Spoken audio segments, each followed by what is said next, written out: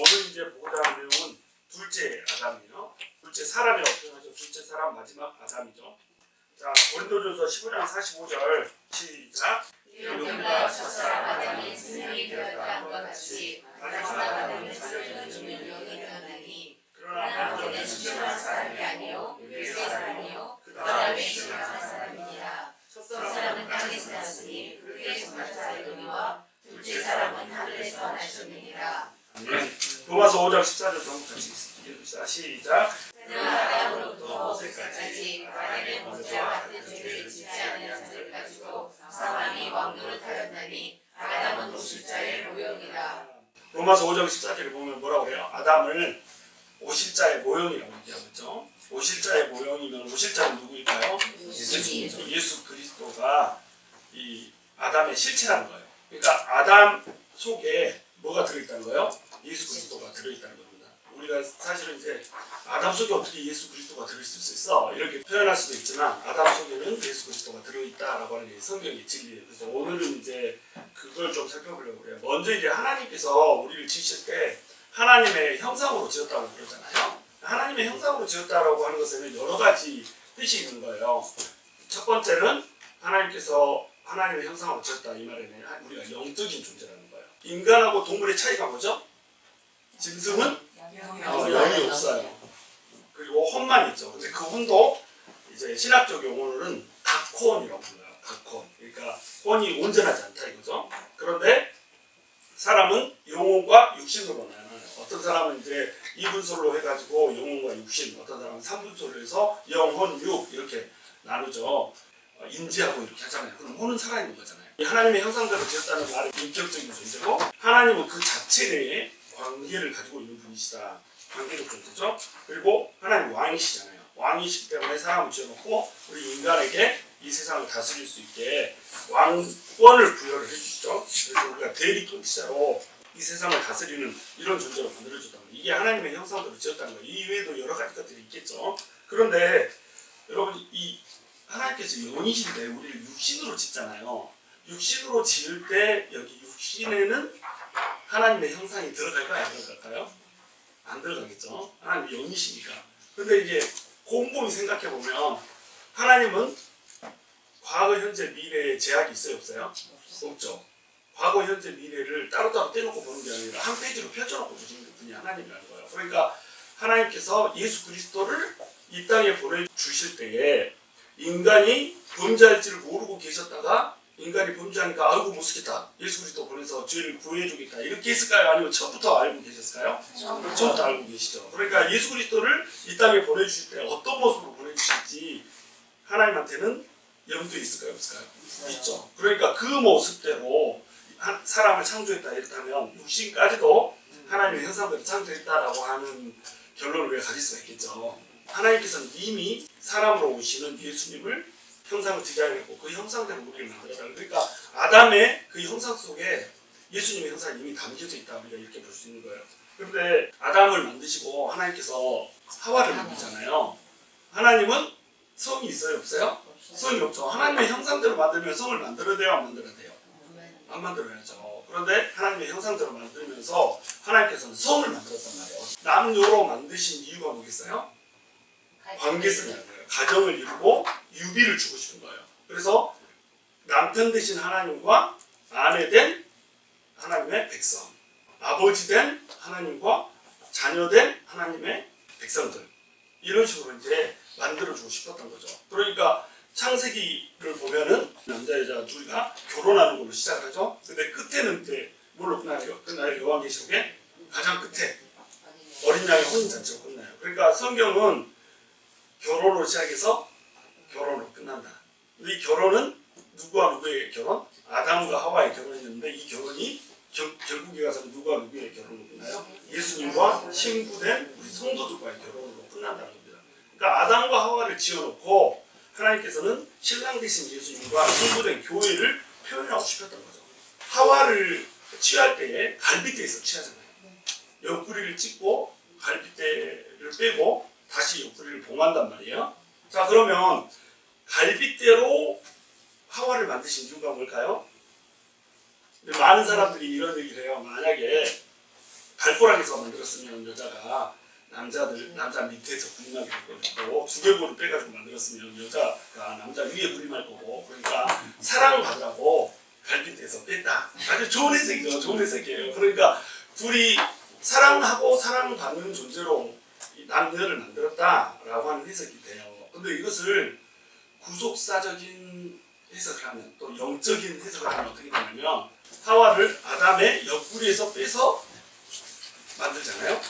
그럼 예수님이 우리를 구원하실 때 옆구리가 어떻게 됐죠?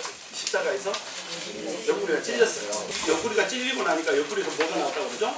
물과 피가 나왔다고 그랬잖아요. 그러니까 옆구리에서 물과 피가 나와서 우리에게 생명을 주셨다는 거예요. 그러니까 옆구리가 찢어지고 나서 우리에게 생명을 주셨다, 예수님이. 그러면 하와도 어때요? 옆구리가 찢어지고 나서 하와라고 하는 생명체가 생겼다는 거예요. 그러니까 아담은 옆구리가 찢어지면서 하와를 냈고, 자기 신부를 냈고, 예수님도 옆구리가 찢어지면서 우리 신부된 성도들을 냈다, 이렇게 볼 수가 있다는 거예요. 그러니까 이 속에 뭐가 담겨 있다는 거예요?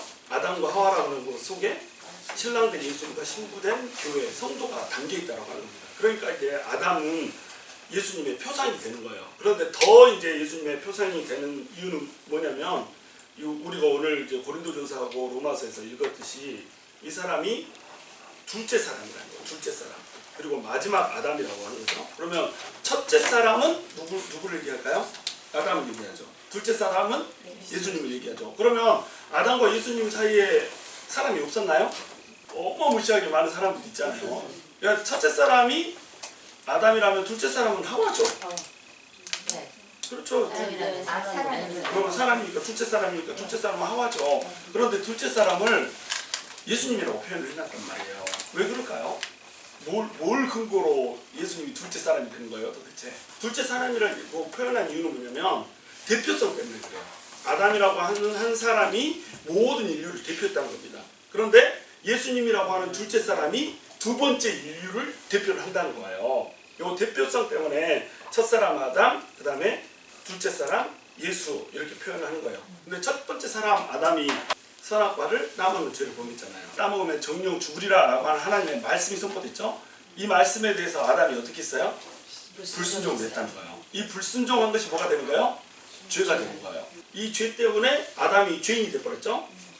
그런데 아담의 허리에서 나온 모든 사람은 전부 다 죄인이 되어버렸다고 하는 겁니다. 그러면 이제 우리 이런 질문을 할 수 있잖아요. 아담이 선악과를 따먹었지 내가 따먹었냐? 이런 질문을 할 수 있잖아요. 하나님 억울하면 나 선악과 따먹은 적이 없는데 왜 내가 죄인입니까? 이런 질문을 할 수 있잖아요. 그럼 왜 아담이 선악과를 따먹었는데 우리가 죄인이 되는 걸까요? 이 대표성 때문에 그렇다는 거예요. 이 대표성이라고 하는 것을 사실은 이제 설명을 할 때 우리 영이 어디서 왔는가 이거 가지고 설명을 해요. 자, 우리 영은 어디서 왔을까요? 이걸 한 3가지 정도로 설명을 합니다. 첫 번째는 창조설이에요. 영을 하나님께서 창조를 하신다. 그래가지고 사람이 태어날 때 하나님께서 창조된 영을 딱 집어넣어준다, 이렇게 설명을 하는 거예요. 두 번째 설명은 선제설이에요. 영들이 엄청나게 많이 있는 겁니다. 하늘의 창고에 영들이 많이 있어가지고 사람이 태어날 때 선제하고 있는 그 영들 중에서 하나씩 집어넣어주는 거예요. 자, 그러면 이런 이론들의 문제는 뭘까요? 원죄라고 하는 개념을 설명을 못해요.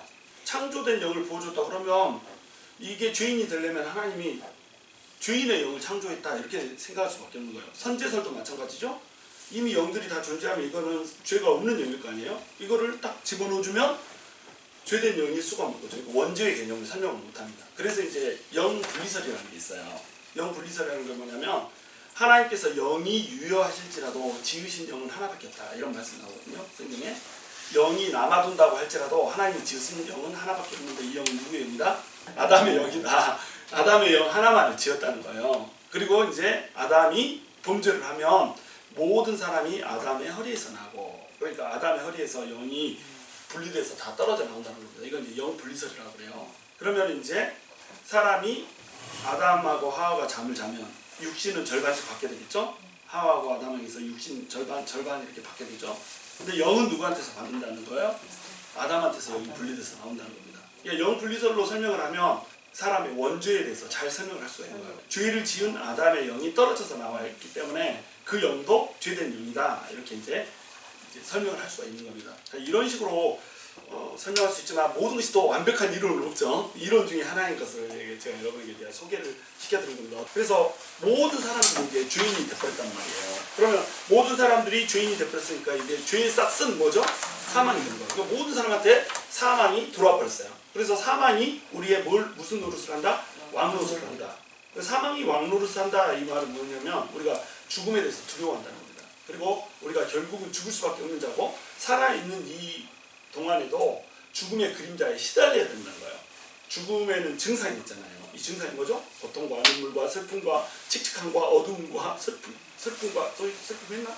그러니까 이런 모든 인생의 괴로움들이 다 죽음의 증상이라는 겁니다. 이것이 사망이 우리를 다스리고 통치한다는 거예요. 그리고 하나님께서 영을 코에다가 바람을 불어넣어 줌으로 이 사람이 생명이 되었더라 이렇게 얘기하죠. 이 바람이라고 하는 것이 루아흐라고 그랬어요. 그래가지고 이게 이제 영이라는 뜻도 있게 되는 거예요. 그래서 영을 하나님께서 불어넣어 주니까 이 사람이 살아있는 영이 되었더라 이렇게 되는 거예요. 이 사람은 육의 사람이고 흙으로 만들었기 때문에 흙으로부터 온 사람 이렇게 되는 겁니다. 근데 둘째 사람 예수님은 순종하셨단 말이에요. 죽기까지 십자가를 지고 순종을 해버렸단 말이죠. 그러니까 순종함으로써 뭐가 임해버려요? 모든 사람들에게 의가 임해버리는 거예요.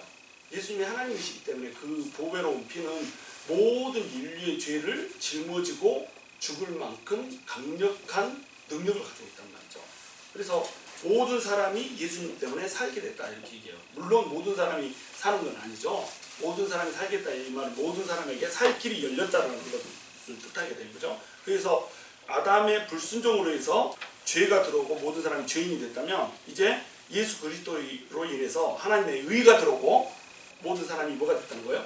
의인이 될 수 있는 길이 열렸다고 하는 겁니다. 그리고 이 아담으로서는 사망이 왔다면 예수님으로서는 생명이 왔죠. 그리고 사망이 왕노릇 한다고 그랬는데 예수님이 오신 후에는 어떻게 돼요? 생명 안에서 예수님을 믿는 사람들이 왕노릇을 하는 겁니다. 그러니까 죽음이 왕노릇을 했다. 지금까지는 이렇다면 이제부터는 예수님을 믿는 사람한테는 어때요? 죽음이 왕노릇을 하니까 내가 왕노릇을 하는 거예요. 내가 죽음도 다스리는 거예요. 그러니까 죽어도 나는 다시 살아나서 천국에 가죠. 그리고 죽음 때문에 오는 모든 고통들, 두려움들, 염려들 이런 것도 예수 그리스도 안에 있으면 이것을 누를 수가 있죠. 그러니까 생명 안에서 우리가 왕노릇을 한다는 거예요. 그러면 우리가 원래 탄생됐을 때, 원래 하나님께서 우리 사람을 지어주셨을 때 하나님께서는 우리를 어떤 존재로 지었다고 그랬죠? 왕적인 존재로 지었다고 그랬죠. 그런데 이 왕권이 어떻게 돼버렸어요? 죄를 지으면서 도전을 건 사단한테 넘어가 버렸죠. 근데 예수님이 오심으로써 사단을 발로 깨고 사단이 할 수 있는 최종 무기인 죽음을 이기심으로 말미암아서 예수님이 왕권을 회복한 겁니다. 그래서 그 예수님께서 회복한 왕권을 예수 믿는 모든 사람들에게 다시 나눠주는 거예요. 그러니까 우리가 왕같은 제사장이 다시 되는 거잖아요. 이렇게 해준다는 겁니다. 그리고 아담은 생명이었죠. 생명이라고 하는 게 무슨 뜻이에요? 살아있는 영 이런 뜻이잖아요. 자기 혼자 살아있는 영이에요. 근데 예수님은 어때요? 살려주는 영이 되는 겁니다. 모든 사람을 살려주는 영이 되고 그 다음에 아담은 육의 사람이죠. 예수님은 어떤 사람이에요? 하늘로 부르신 영의 사람. 또 첫째 사람 아담은 흙에 속한 자. 둘째 사람 예수는 하늘에서 나신 자라는 거예요. 그래서 이 말씀이 주고자 하는 거는 둘째 아담이 주고자 하는 얘기는 뭐냐면 우리가 어떻게 생명에 이르느냐예요. 우리가 어떻게 생명에 이르죠? 예수님을 믿는 믿음을 통하여서 은혜로 우리가 구원을 받아요. 구원을 받는다라고 하는 것이 잃었던 생명을 다시 찾는다라는 것을 의미하는 겁니다. 그러니까 행위라고 하는 것, 이것을 잘 생각해야 돼요. 이 행위라고 하는 것은 사실은 위치적인 거거든요. 위치적이다 이 말을 잘 이해를 해야 되는데 우리가 아담 안에 있는가 예수 안에 있는가 위치죠. 아담 안에 있으면 이 행위는 어때요? 나를 의롭게 할 수 있어요? 없어요? 의롭게 할 수 없죠. 절대로 의롭게 할 수가 없는 겁니다. 근데 예수 안에 있으면 어때요? 이미 행위가 없어도 구원을 입었다는 거예요. 근데 예수 안에 있으니까 어떻게 된다는 거예요? 행위가 나도 모르게 저절로 나온다는 거예요. 여러분 우리가 뭐 성격이 고약한 사람 있잖아요. 그래가지고 뭐 교회에서도 나는 성질이 원래 이렇게 생겨나서 나 건들지 마 이런 사람 있잖아요. 그러면 우리는 될 수 있으면 그 사람을 피해서 살아야 되는 이런 이제 상태인데 여러분 나 건들지 마 내 성질이 원래 이렇게 생겨먹었어 이렇게 주장하는 건 이게 뭐 어디에 속한 거예요? 육에 속한 거예요. 육에. 우리 육에 속한 사람들은 성질머리가 그렇게 생겼어요. 그리고 육에 속한 사람들의 행위는 어때요? 그 행위 자체로 사람이 더 착하고 덜 착하고는 있을 수 있지만 이 사람이 온전히 하나님의 이룰 만큼 선한 사람이 있을 수는 없다는 거예요. 이게 이렇게 어떻게 이해를 하시면 되냐면 호박을 갖다 놓고 거기다 줄을 그으면 수박이 될까요? 안 될까요? 수박이 안 된다는 거예요. 그러니까 마치 우리 행위는 뭐라고 똑같냐면 호박에다 갖다 놓고 줄 긋기 하는 거하고 똑같다는 겁니다. 돼지를 갖다 놓고 막 열심히 씻겨놔도 이 돼지는 어때요? 그냥 돼지일 뿐이라는 거예요. 끌어안고 자고 이런다고 할지라도 애완용 돼지도 있고 막 이러자면 돼지 IQ가 벌써 80이래요? 개 IQ가 60이고 돼지가 그러니까 해영은 그렇게 잘 치고 하여튼 이 육에 속한 사람은 아무리 자기가 행위를 잘 한다고 해도 절대로 구원을 이룰 수 없다. 그런데 육에 속한 사람의 특징은 뭐예요? 행위를 통해서 자기가 의로워질 수도 있다고 생각하는 거예요. 그러니까 고행하고 뭐 사색하고 엄청나게 많은 공부를 하고 또는 철학을 갖고 막 이러면 그것을 통해서 구원을 이룰 수 있다고 생각하는 겁니다. 이게 육에 속한 사람의 특징이에요. 근데 영에 속한 사람의 특징은 뭔가요? 그런 걸로 의로워질 수 없다라고 하는 것을 인정해버리는 겁니다. 왜냐하면 아담적 실존은 무조건 멸망이거든요. 다 죄인이니까. 그런데 예수님이 우리 안에 들어옴으로써 우리가 구원을 받게 돼요. 그러면 예수님이 우리 안에 들었다는 것은 뭐예요? 영에 속한 사람이라는 거잖아요. 영에 속한 사람이라는 것은 성령님이 우리 안에 존재한다는 거잖아요. 그리고 아담적 실존은 어때요? 땅에서 난 사람이잖아요. 근데 우리는 어디서 왔어요? 하늘에서 왔다는 겁니다. 예수님이 하늘에서 똑 떨어졌잖아요. 하늘에서 오신 분이잖아요. 근데 예수를 믿는 우리도 어떻다는 거예요? 성령님이 우리 안에 들어오면서 살려주는 영으로 인해서 영이 살아버렸으니까 우리는 영에 속한 사람이라는 겁니다. 그리고 하늘에 속한 사람이란 말이에요. 영에 속한 사람은 영에 속했기 때문에 어때요? 자기도 모르게 착한 품성들이 나온다는 겁니다. 이 영에 속한 사람이 그래서 계속 내 영에 속했다라고 하는 이것으로 내 육의 영역을 좁혀가고 영의 영역을 계속 넓혀가면 어떻게 되겠어요? 예수 그리스도를 닮아갈 수 있게 되는 거예요. 그러니까 우리가 크리스찬이 돼가지고 자 우리 크리스찬이 됐으니까 열심히 주변을 사랑해야 됩니다. 이렇게 되면 뭐예요? 이것은 사실은 육적인 영역이 된다는 거예요. 근데 예수님으로 채워서 내 안에 성령님이 막 나를 주도하시니까 나도 모르게 내가 착한 행위를 하게 되고 의로운 행위를 하게 되고 이렇게 되면 어때요? 이게 영에 속한 사람의 특징이라고 하는 겁니다. 영에 속한 사람은 위치 자체가 달라요. 위치 자체가. 예수님 안에 속해 있고 하늘에 속해 있다는 겁니다. 위치가 다르기 때문에 행위 자체도 다른다는 거예요. 행위는 위치적이라고 그랬죠. 그러니까 행위가 좀 어려운 거예요. 설명이. 행위가 내가 애써서 행위가 나오는 게 아니라 예수님이 내 안에 충만하니까 나도 모르게 행위가 나버린다는 거예요. 우리의 섬김도 헌신도 그리고 우리의 의로운 행위도 전부 이래서 착해져야 된다는 거예요. 선해져야 된다는 거예요. 우리가 성화라고 그러잖아요. 성화는 거룩하게 된다는 뜻이잖아요. 거룩하게 된다는 뜻은 뭐냐면 우리가 육신도 있고 영도 있는데 육신은 이미 죄를 지어가지고 이렇게 타락이 됐잖아요. 그리고 그것으로 인해서 우리 영이 죽어버렸잖아요. 근데 예수님이 들어오면서 예수님을 믿으면서 우리가 성령님이 우리 안에 들어오면서 산 영이 들어왔으니까 우리가 살아있는 영이 되버렸단 말이에요. 이제 하나님을 알 수도 있고 하나님을 느낄 수도 있단 말이에요. 그런데 하나님을 알고 하나님을 느낄 수도 있는데 우리 안에 스틸 뭐가 존재해요? 육적인 욕심이 존재한다는 겁니다. 육적인 소욕이 존재한다는 거예요. 그런데 우리가 살아나 버렸으니까 우리 안에 뭐가 또 존재해요? 성령의 소욕이 존재한다는 거예요. 만약에 예수님을 믿지 않았다 그러면 이 사람은 어때요? 전부 육적인 소욕이 통치를 하고 있단 말이에요.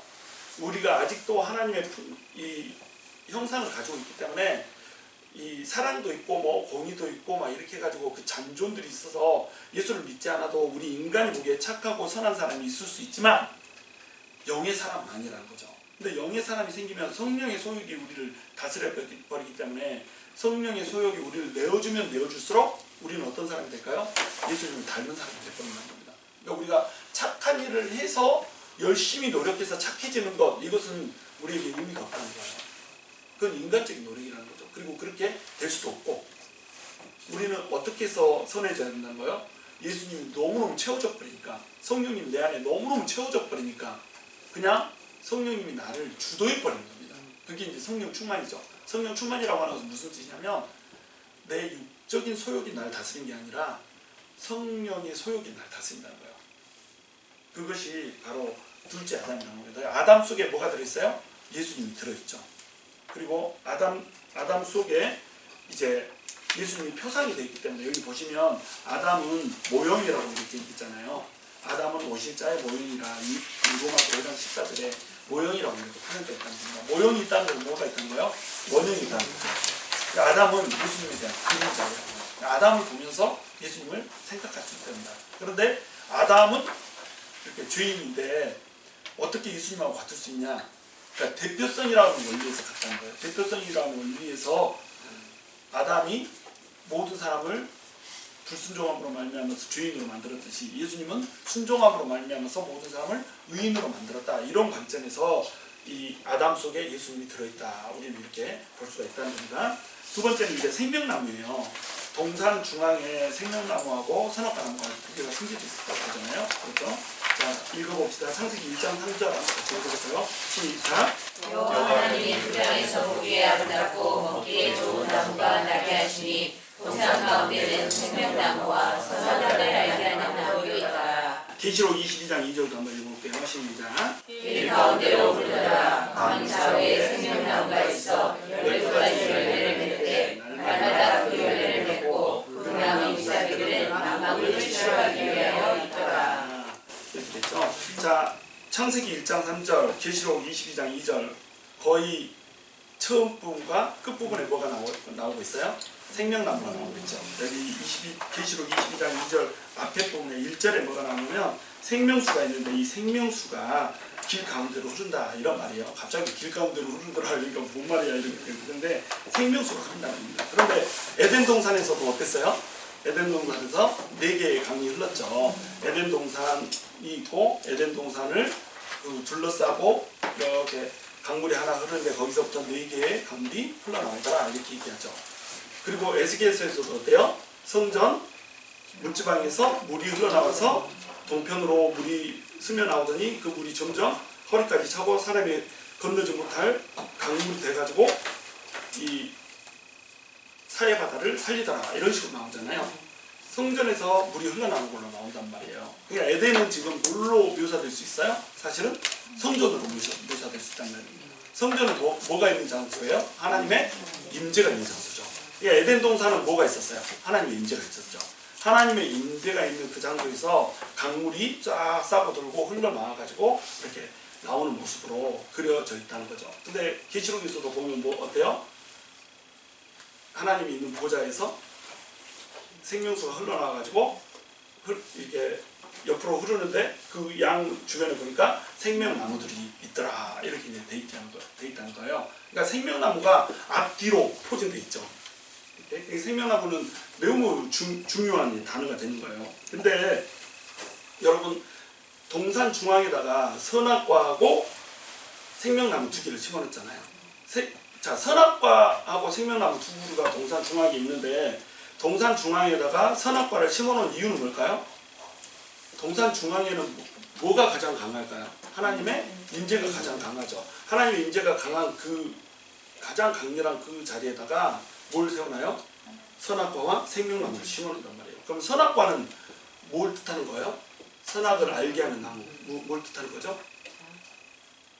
하나님을 범하지 말라는 거죠. 선악을 알게 하는 이 나무의 실과를 따먹지 않음으로써 우리가 뭘 인정하는 거예요? 하나님이 우리의 왕이라고 하는 것을 인정한다는 겁니다. 그리고 또 하나님이 우리의 신랑이라고 하는 것을 인정하는 거예요. 하나님 우리의 사랑의 대상이라고 하는 것을 인정하는 거예요. 나는 하나님만 사랑합니다. 나는 하나님만을 왕으로 모십니다. 나는 피조물이고 하나님은 창조주이십니다. 라고 하는 것을 고백하는 것이 뭐라는 거예요? 바로 선악과라고 하는 겁니다. 근데 그 옆에 생명수 나무가 있는 거예요. 생명나무가 있는 거예요. 이 생명나무는 이것을 먹으면 영원히 살 수 있는 나무겠죠. 그러니까 이 선악과를 따먹고 나서 인간이 죽음을 맞이한 존재가 돼가지고 쫓겨날 때 화영검이 에덴 동산 주변을 돌면서 이 생명나무를 따먹지 못하게 만들잖아요. 그 이유는 뭐였죠? 이걸 따먹고 영생할까 하노라. 이 선악과 나무를 따먹으면 영생할 수 있다는 거예요. 그러면 째째하게 하나님이 영생도 못하게 막 못 따먹게 막 가로막고 이런 걸까요? 아니죠. 죄인된 상태로 선악과를 따먹고 영생해버리면 소망이 없는 겁니다. 영이 죽은 상태로 하나님과의 단절된 게 영이 죽은 거잖아요. 근데 하나님과는 단절이 됐는데 이거 따먹고 육신적으로만 영혼이 살면 뭐 하겠어요. 고통의 연속이지. 우리도 빨리 죽어서 천국 가고 싶잖아요. 아멘을 안 하시네요. 오래 살고 싶으니까. 네. 자, 주님이 허락해서 그렇지 사실은 우리가 빨리 가는 게 유익이잖아요. 근데 이걸 따먹고 영원히 살면 이게 재앙이란 말이죠. 그러니까 못 들어가게 이렇게 했단 말이에요. 그러면 여러분 이거 생각해 보셨어요? 하나님이 생명나무를 거기다 심어놓은 목적이 뭘까? 인간은 만들어질 때 맨 처음에 만들어지면서 영원히 살게 만들어졌어요? 아니면 잠깐 살다 죽게 만들어졌어요? 영원히 살게 만들어졌어요. 이걸 어떻게 알죠? 선악과 나무를 따먹으면 네가 정령 죽으리라 하는 걸로 알죠? 그 전에 그러니까 죽지 않았다는 얘기예요. 죽지 않는 존재로 만들어져 있었는데, 영원히 사는 존재로 만들어져 있었는데 선악과를 따먹으면서 죽는 존재로 돼버렸단 말이에요. 그러면 생명나무는 거기 있을 필요가 없잖아요. 영원히 사는 존재인데 생명나무가 뭐 하려고 거기 있죠? 그거 따먹으면 영원히 사는 것도 아니고. 이것이 바로 이 생명나무가 예수님을 예표하고 있다는 겁니다. 그래서 선악과하고 생명나무가 두 개 나란히 서 있으면서 선악과로 생명을 잃게 될 사람들을 예수님을 바라봄으로 생명을 얻게 될 거라고 하는 것을 하나님께서 알려주고 계신단 말이에요. 선악과 언약을 우리가 선악과 따먹지 말라 그러면 네가 살고 안 그러면 너 죽는다. 이것을 뭐라고 부르죠? 선악과 언약이라고 부르죠. 선악과 언약은 무슨 언약이었어요? 행위 언약이었죠. 언약에는 세 가지 종류가 있는 거 아시나요? 네, 설명했었죠 옛날에. 다시 설명합니다. 언약에는 세 가지 종류가 있어요. 첫 번째는 행위 언약이 있어요. 행위 언약은 뭐냐면 네가 이거 하면 이거 할게라는 언약이에요. 네가 잘하면 똑바로 하면은 내가 좋은 거 주고 똑바로 못하면 내가 좋은 거 안 주고 나쁜 거 줄 거야. 이런 게 이제 행위 언약인 거예요. 선악과는 어때요? 네가 이거 따먹으면 넌 죽어. 안 따먹으면 너는 영원히 살 수 있어. 안 따먹으면 계속 이 복을 누릴 수 있어. 뭐예요 이거? 행위 언약이죠. 선악과 언약은 행위 언약이었단 말이에요. 그러니까 이 선악과 언약은 사실은 내가 왕이 되고자 하는 탐욕을 부려서 탐욕을 상징하는 거죠. 육신의 정욕과 안목의 정욕과 이생의 자랑을 이렇게 상징하는 거지만 또 한 가지 상징하는 게 있어요. 이게 뭘 상징하냐면 율법을 상징하는 거예요. 율법주의를 상징하는 거예요. 그러니까 선악과 언약이라고 하는 것은 뭐냐면 행위 언약. 그러니까 율법대로 지키면 살고 지키지 못하면 죽는다라고 우리가 생각하는 게 율법주의잖아요. 그러니까 선악과 언약에는 이 개념이 들어있는 거예요. 그런데 이 개념은 맞는 거예요? 틀린 거예요? 틀린 거죠. 율법을 주신 목적 자체가 뭐죠? 율법을 주신 목적은 죄를 깨닫게 하려고 주신 거란 말이에요. 근데 그 다음에 은혜의 언약이라는 게 있어요. 은혜의 언약은 뭐죠? 조건이 없어요. 우리 행위에 상관없이 무조건 하나님이 줘버리는 거예요. 그러니까 은혜의 언약이라는 건 뭐냐면 은혜로 주는 겁니다. 은혜는 뭐죠? 공짜죠. 은혜의 뜻은 공짜예요. 은혜가 그레이스잖아요. 영어로 그레이스. 그러면 팁, 이거 영어로 뭐라고 그러죠? G로 시작하는 거. 그레디트. 발음이 그레디트. 발음을 이렇게 좋게 부르나 어떻게 하라고. 그레디트. 뭐 이게 팁이라는 거잖아요. 우리는 팁이라고 부르면서 그레디트 이렇게 부른단 말이에요. 이게 공짜로 주는 거니까 그레디트라고 부르는 거예요. 그러니까 그레이스는 전부 다 공짜예요. 뭐 카리스라고도 하는데 이게 은총이죠. 이것도 공짜예요. 그냥 하나님이 무슨 행위를 잘해서 주는 게 아니라 그냥 줘버리는 거예요. 은총도 은혜도 다 공짜로 줘버리는 거죠. 이게 은혜의 언약이에요. 언약을 줬는데 우리의 행위와 상관없이 줘버린다는 겁니다. 근데 이 은혜의 언약은 왜 주는 거냐면 사실은 이 구속 언약 때문에 준다는 거예요. 이 구속 언약이라고 하는 게 뭐냐면 태초에 성부와 성자 사이 이 평화의 의논이 있었다 이렇게 나와요. 스가랴서에 보면 이게 나오는데 평화의 의논이 있었다는 거예요. 그러니까 자 하나님께서 선악과하고 생명나무를 거기다 같이 심어놨다. 이 말은 사람들이 선악과를 따먹을 것을 이미 알았다 몰랐다? 이미 아셨다. 하나님한테는 과거, 현재, 미래가 없어요. 그러니까 자, 하나님이 선악과를 딱 심어놓고 이거 따먹으면 너넨 죽어 이랬는데 따먹을지 안 따먹을지 모르고 있다가 사람이 따먹으니까 하나님께서 아담과 하와를 세놓고 하나님의 나라를 쭉 그냥 범죄하지 않고 계속하는 하나님의 나라를 세우려고 했다가 아이고 이거 길이 틀어졌네. 이거 안 되겠다. 노아 홍수로 해가지고 전부 다 죽여버리고 다시 시작했는데 오메 또 틀어졌네. 아브라함 불러가지고 다시 시작했다. 오메 또 틀어졌네. 계속 이렇게 하나님이 틀어졌네 한 게 아니란 말이에요. 하나님의 어마어마한 경륜 속에는 이미 이것들이 어떻다는 거예요? 다 한 페이지로 펼쳐져 있다는 겁니다. 그러면 하나님은 아시면서 왜 그랬냐? 왜 선악과를 아시면서도 만들어놨냐? 자유의지를 주면은 어쩔 수 없는 거예요. 이게 사랑의 대상자로 만들었잖아요. 사랑이라고 하는 것이 뭐죠? 자기가 선택하는 거잖아요. 응? 예를 들어서 뭐 우리 강문희 집사님하고 박종규 집사님이 있는데 강문희 집사님이 박종규 집사님이 어떤 이렇게 여기 슬라시 하나 있어가지고 칩을 꽂을 수 있다고 생각을 해보세요. 그래갖고 러브 칩을 딱 꽂아놨어요. 그래가지고 정빛이 사랑해요 엄마 잘 때 그러고 정빛이 사랑해요 엄마 하고 일어나서 그러고 있는 사랑이 아니에요? 사랑이 아니죠. 이거 칩이죠. 로봇이란 말이에요. 그러니까 인간을 로봇으로 만들지 않고 고등한 사람으로 다시 하나님의 형상대로 만들어서 자기 인격을 가지고 자기가 판단하는 존재로 만들려면 무조건 필요한 게 자유의지란 말이에요. 근데 자유의지의 특성은 뭐예요? 인격을 지가 가지고 있기 때문에 지가 판단할 수가 있다는 겁니다. 그러니까 지가 판단하면은 무슨 부작용이 생겨요? 하나님을 거절할 수 있다라고 하는 부작용이 생기는 거예요. 그런데 하나님께서는 이 부작용을 이미 다 알고 계신다는 거예요. 그럼에도 불구하고 사랑하는 존재, 사랑을 주고받는 존재, 신랑과 신부의 존재, 이런 존재로 만드시기 위해서 하나님께서는 자유의지를 주실 수밖에 없었단 말이에요. 그리고 이제 자유의지를 주고 나서 선악과를 심어놓고 생명나무를 심어놓고 선악과를 절대로 먹지 말라 이렇게 얘기를 해주는 겁니다. 그러면 선악과를 절대로 먹지 말라라고 하는 이 행위 언약 옆에다가 지금 뭘 세워놨다는 거예요? 구속 언약이면서 동시에 은혜 언약이신 생명나무를 심어놨다라고 하는 거예요. 그런데 이 선악과를 누가? 아담과 하와가 똑 따먹어버리죠. 똑 따먹음으로 말미암아서 인간에게 죄가 임해버렸다고 하는 거예요. 자, 이 인간에게 죄가 임한 것, 이것을 이제 극복하기 위해서 하나님께서 이제 율법이라고 하는 것을 줍니다. 율법을 주는데 이 사람들이 어떻게 해요? 이 율법을 지키려고 온갖 힘을 쓰죠. 근데 율법을 지키려고 온갖 힘을 쓰는데 이게 율법대로 되나요? 안 되나요? 안 된단 말이에요. 율법을 지킬 수가 없다는 겁니다. 그러니까 로마서에서 의인은 없나니 단 하나도 없다 이렇게 표현하잖아요. 그러니까 율법은 뭘 위해서 주어졌다? 우리가 죄인이라고 하는 사실을 깨닫게 해주려고 주어졌다는 거예요. 그러니까 율법의 기능은 뭐죠? 율법의 기능은 죄인은 없대? 율법의 선포가 그죠? 율법의 선포는 의인은 없대? 의인은 없대 하나도 없다. 이거 율법의 선포예요. 율법의 기능은 뭐죠? 아, 내가 죄인이구나 라고 하는 것을 깨닫게 하려고 이것을 줬다고 하는 겁니다.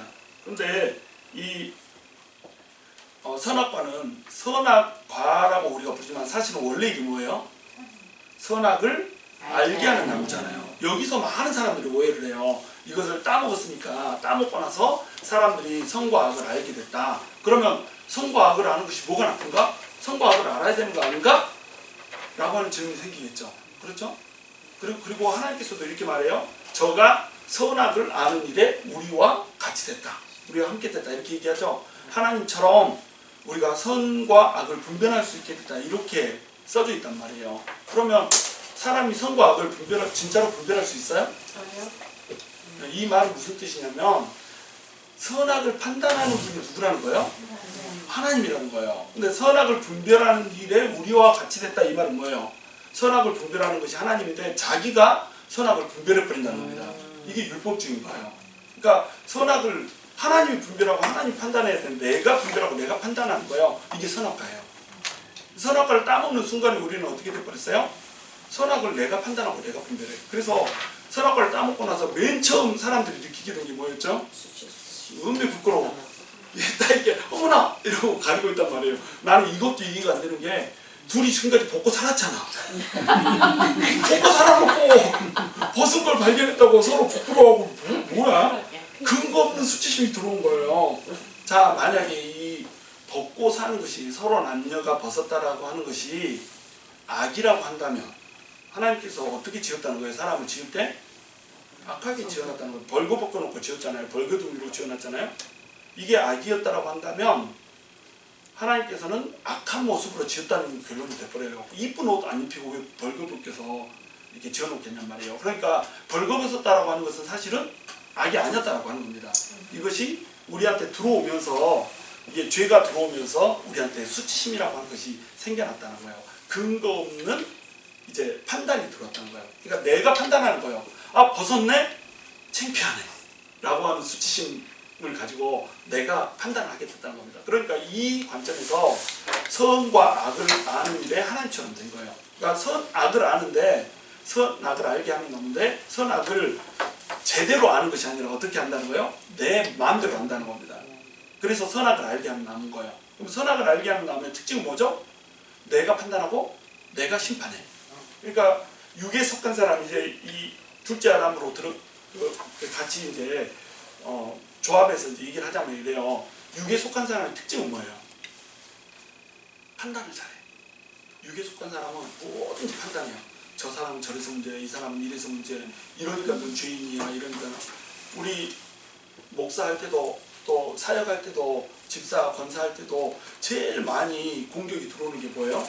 네가 그러고도 집사야? 네가 그러고도 예수쟁이야? 네가 그러고도 권사야?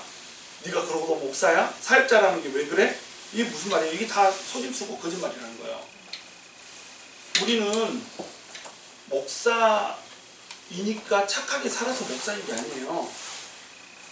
하나님이 우리를 그냥 은혜로 특정해버렸으니까 성도인 거고, 은혜로 그 자리에 세워버렸으니까 그냥 목사인 거예요. 권사도 마찬가지죠. 하나님께서 그냥 직분을 줘서 충성되게 여겨가지고 직분을 줘버렸으니까 그건 권사인 거예요. 그러니까 권사도 얼마든지 죄를 지을 수 있다 없다? 죄를 지을 수 있는 거예요. 그런데 육에 속한 사람이 되면 어때요? 권사가 저렇듯, 집사가 저렇듯, 목사가 저렇듯 계속 평가를 하고 판단을 하고 다닌다는 겁니다. 그러니까 판단하고 평가를 하는 것은 누구의 일이다?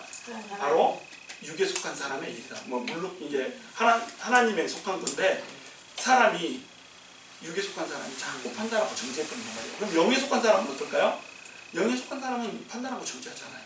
왜냐하면 은혜에 속했잖아요. 이 사람은 생명나무에 속했단 말이에요. 선악과에 속한 게 아니라. 생명나무는 뭐죠? 은혜의 나무잖아요. 예수님이 생명나무란 말이에요. 은혜의 나무이기 때문에 은혜의 가장 근거에 뭐가 있나요? 은혜는 왜 줬어요? 하나님이 은혜를 왜 줬죠? 긍휼 때문에 준 거잖아요. 사람이 불쌍하니까 불쌍히 여겨서 주는 게 뭐예요? 은혜잖아요. 그러니까 은혜의 가장 근저에는 뭐가 있냐면 긍휼이 있어요. 그러니까 똑같은 사람을 보는데 그 사람이 불쌍한 거예요. 그러니까 은혜로 품게 되는 겁니다. 이것이 하늘에 속한 사람이고 영에 속한 사람이라는 거예요. 근데 이제 선악과를 따먹음으로 말미암아서 이제 사람 안에 이런 죄악이 들어오죠. 죄악이 들어오는 이것을 누가 지금 전복을 시켜주나요? 누가 이렇게 뒤집어주죠? 예수님이 뒤집어주죠. 예수님이 뒤집어줄 때 예수님은 어디에 매달려서 죽죠? 십자가에 매달려서 죽죠. 십자가는 나무의 돌이에요? 나무죠. 그러니까 선악과 나무에서 십자가 나무로 지금 옮겨주고 있어요.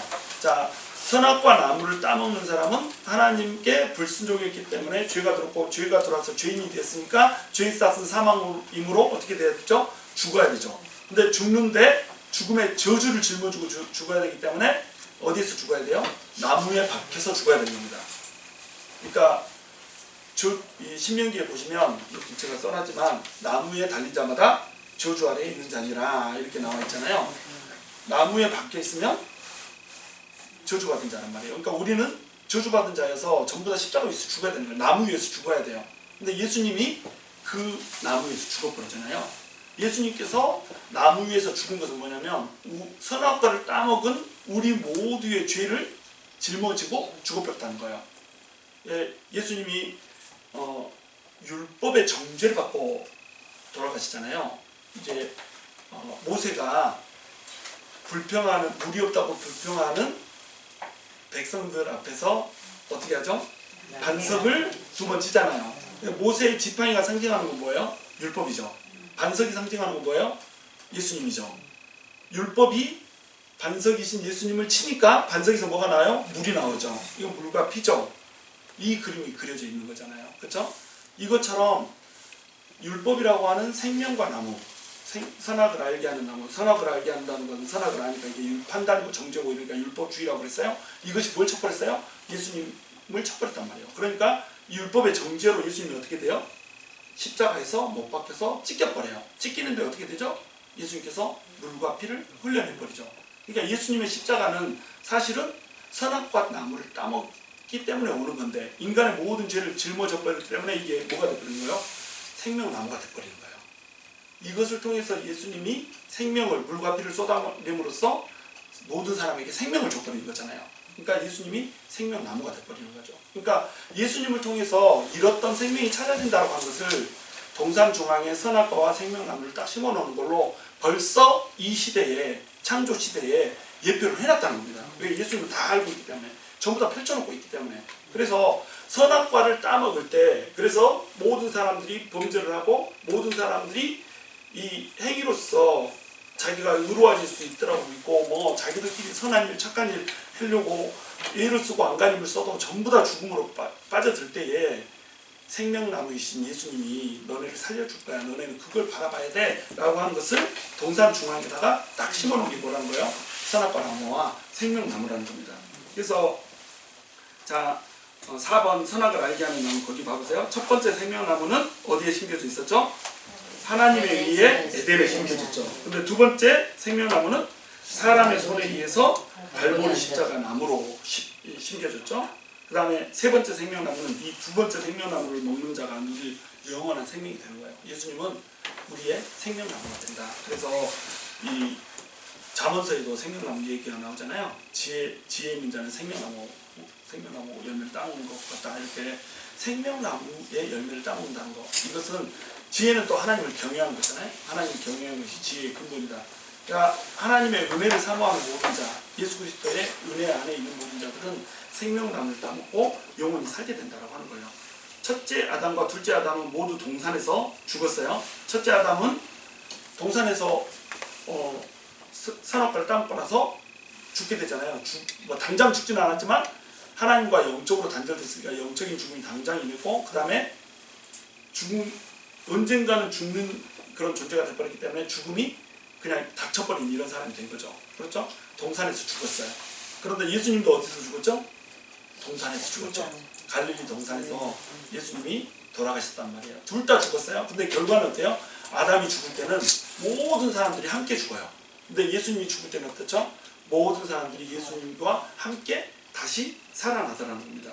그 다음에 첫째 나무와 둘째 나무 모두 중앙에 있었죠. 첫째 나무는 에덴 중앙에 있었고 둘째 나무는 죄인들 중앙에 못 박혀 있었고 이렇게 돼 있다는 겁니다. 자 여러분 우리는 오늘도 동산 중앙에 서 있다고 생각하면 돼요.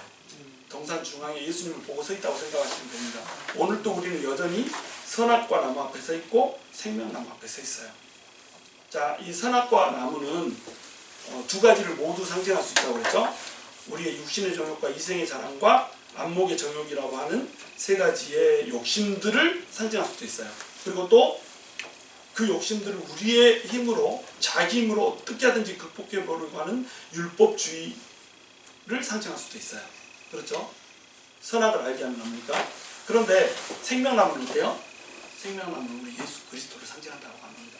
그러니까 우리는 자, 두 나무 앞에서 어떤 나무 열매를 따먹어야겠어요?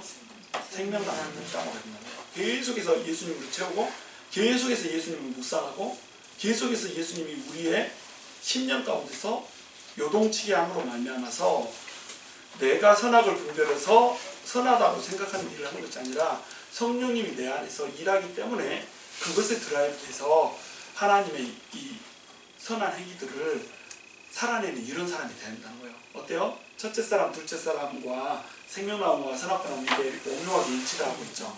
이런 식으로 해서 하나님께서는 우리에게 오늘도 하나님의 뜻 안에서 산다라고 하는 것이 우리가 애써서 착하게 사는 것이 아니고 성령으로 충만해서 예수의 영으로 충만해서 그것 때문에 착하게 산다는 거, 그것 때문에 선하게 산다는 거, 그걸 이제 어려운 말로 성화 이렇게 부르는 거예요. 자, 그것을 하나님께서 우리에게 말씀을 주고 계십니다. 우리가 매일의 삶에서 선악과를 만나고 또 매일의 삶에서 예수나무를 만나는데, 예수나무, 생명나무 열매 따먹으면서 살아갔으면 좋겠어요. 우리가 예수를 믿는 그 순간부터 영원히 사는 존재잖아요. 지금 우리는 영원히 살아요. 영원히 사는데 생명나무가 또 우리 안에 있는 게, 생명나무를 따먹은 자답게 살아야 될 거 아니에요? 생명나무가 우리한테 심겨져 있는 자답게 그렇게 살아야 될 거 아니에요? 근데 그렇게 살려면 어떻게 해야 되겠어요? 예수님을 계속 채워야 된다는 겁니다. 그러니까 계속 말씀 보고 계속 기도하고 그러는 거예요. 계속 말씀 보고 기도하고 이런 이유가 뭐냐면, 이것을 채우고 또 채우다 보면 나도 모르게 내 체질이 변한다고 하는 겁니다. 호박에 줄 긋는 것이 아니고 그냥 내가 호박이 되어버렸어요. 너는 새 피조물이다 이렇게 얘기하잖아요. 자, 너는 새 피조물이다 이렇게 얘기할 때, 새 피조물이라고 하는 뜻은 뭐예요? 사실은 우리가 예수 믿고 착하게 사니까 새로운 피조물로 되는 거예요? 아니면 이미 새 피조물이에요? 이미 새 피조물이란 말이에요. 우리는 이미 생명나무가 생겼단 말이에요. 근데 새 피조물, 문제는 새 피조물이 새 피조물 안 같아. 수박에 줄을 자꾸 벗겨는 거야. 호박같이 이렇게 홈을 파버려. 그렇게 우리가 만들어지면 안 된다는 거예요. 그렇게 만들어지는 이유가 뭐라는 거예요? 예수로 우리가 계속 충만하지 않다는 겁니다. 육신의 소욕을 따라서 살고 성령의 소욕을 멸시해버린다는 거예요. 육신의 소욕이 성령의 소욕보다 더 우리 안에 크게 작용한단 말이에요. 우리 포션이 이렇게 있다면 이 포션은 점점 적어지고 이 포션은 점점 커져야죠. 성령의 소욕이 점점 커집니다. 저와 여러분이 육신의 소욕이 아닌 성령의 소욕을 쫓아 살아서 선악과 나무가 아니라 생명나무 실과를 따먹게 되는 그런 은혜가 있게 되기를 주님의 이름으로 축원합니다. 아멘.